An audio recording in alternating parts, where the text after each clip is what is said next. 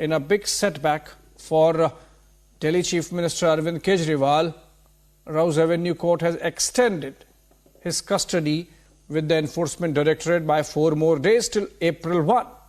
This comes after the ED sought 7 days custody of Kejriwal in connection with Liquorgate investigation. Remember, the ED has been maintaining that it has a lot of evidence which needs to be corroborated after questioning of the Delhi Chief Minister.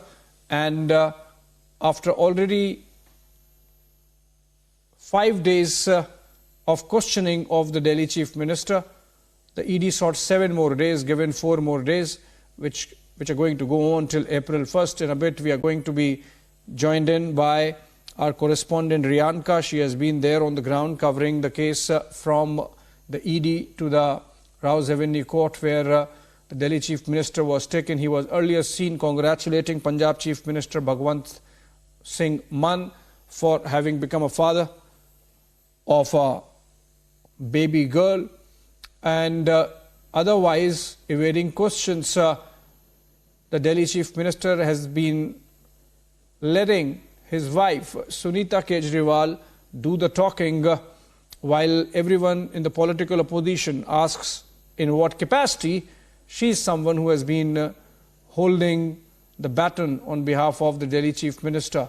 But his legal woes seem not to be coming to an end anytime soon, with the court pronouncing its verdict and giving 4 more days of custodial interrogation to the Enforcement Directorate. Remember, this comes amid reports that after the ED is done with the questioning, even CBI might want to question the Delhi Chief Minister, because parallel investigation is going on in the same case.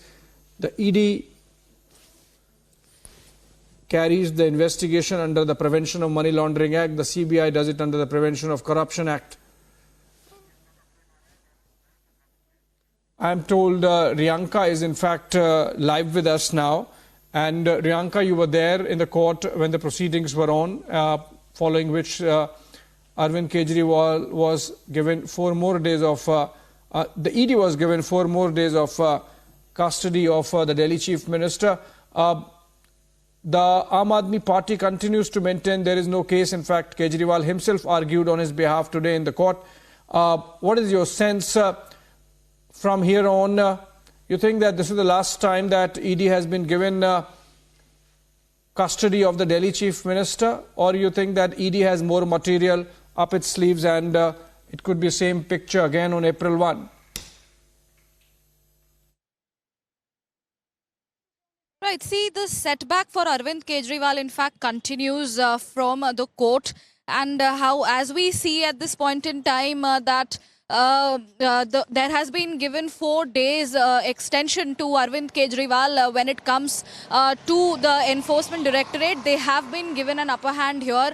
On the 1st of April is what we are getting to know, that Arvind Kejriwal will once again be produced in front of the court, the Woes Avenue Court, at 11:30 a.m. So what is going to likely happen in the next 4 days are the 4 grounds on which the ED sought an extension. Firstly, that Arvind Kejriwal will be confronted with the documents that have been seized during the raids at the Aam Aadmi Party leader's premises. And secondly, what the ED maintains that Arvind Kejriwal have been evasive during the interrogation, which is why he needs to be confronted and he has to give proper answers and cooperate with the Enforcement Directorate. Well, also at this point in time, what we're getting to know is that in all likelihood, in the next 4 days, Arvind Kejriwal and the other accused in the case, be it Manish Sisodia, be it BRS leader K. Kavita, they might be put on face-to-face and confronted together by the Enforcement Directorate. And also the money trail which is being probed, the entire money trail, which is why we saw how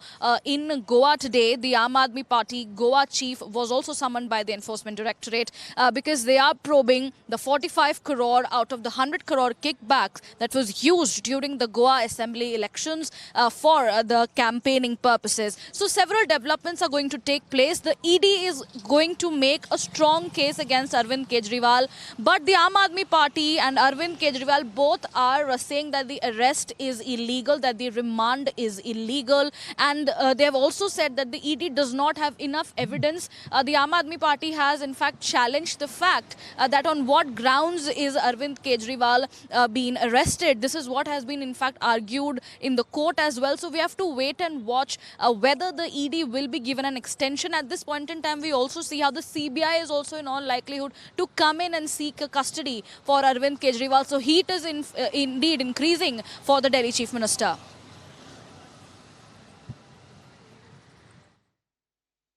Okay, the heat is on. Thank you so much, Riyanka, for those updates.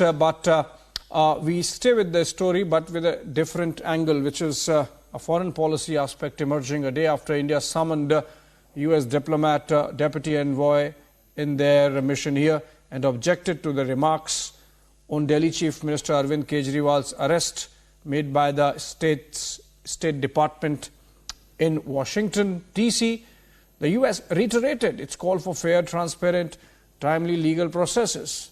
Same spokesperson, Matthew Miller, he said that it was aware of the Congress party's allegations that tax authorities had frozen some of their bank accounts. India has now hit back at the United States with the Ministry of External Affairs spokesperson Ranjit Jaiswal today setting the record straight. Listen in. Questions regarding the U.S. State Department spokesperson's comment. As you know that we've already, yesterday India had lodged its strong objection and protest with the senior official from the U.S. Embassy with regard to the comments made by the U.S. State Department. The recent remarks by the State Department are unwarranted. Any such external imputation on our electoral and legal processes is completely unacceptable. In India, legal processes are driven only by the rule of law. Anyone who has similar ethos, especially fellow democracies, should have no difficulty in appreciating this fact. India is proud of its independent and robust democratic institutions. We are committed to protect them from any form of undue external influences. Mutual respect and understanding form the foundation of international relations, and states are expected to be respectful of the sovereignty and internal affairs of others.